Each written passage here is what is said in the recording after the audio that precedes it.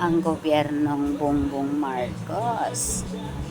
Huling-huli ang kahinaan ninyo. Takot pala kayo na hindi magpadala ang OFW ng isang linggo dahil malaking kawalan sa gobyerno ninyo. Ang padala ng OFW ang taxes nila. Kasi wala kayong makukurakot.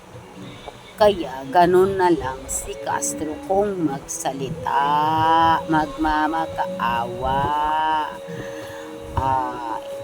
Alam niyo po, sa totoo lang, hindi mga tanga ang mga OFW.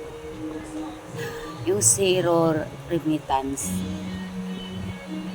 sa loob ng isang linggo na hindi sila magpapadala. Bago pa dumating ang linggo na yan, nagpadala na yan sa pamilya. Bago yan sila nagdesisyon, pinadalhan na muna ang pamilya niyan para siguraduhin na sa loob ng isang linggo hindi magugutom sa kanilang pipiliing desisyon na hindi magpapadala muna. Kasi kasalanan din naman ng gobyernong ito. Sige, kidnapin nyo pa si Tatay Digong, ipadala nyo pa sa ICC. Na matagal naman na tayong umalis sa ICC. Hindi kayo, kasi wala talaga kayong mapapala. Kasi si Tatay Digong mabuting presidente, kaya maraming nagmamahal sa kanya.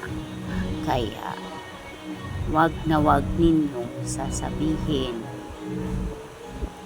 na siya ay mamamatay tao. Kasi kahit wala po sa posisyon, kahit po hindi presidente, may criminal din. Mayroon ding mamamatay tao. Palibasa kasi bangag kayo. Ano kayo?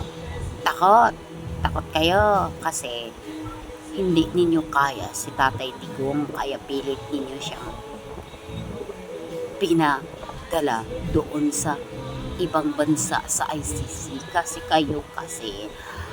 wala talaga kayo sa kalingkingan ni Tatay Digong, kaya pinadala ninyo siya doon. Hindi po kayo magwawagi. Kaming taong bayan pa rin ang nagwawagi. Kung tutuusin nga po kami po ang mamamayang Pilipino. Kami po ang nagpapasahod sa inyo, kaya mahiya-hiya kayo, maglingkod kayo ng tama, huwag puro kurap.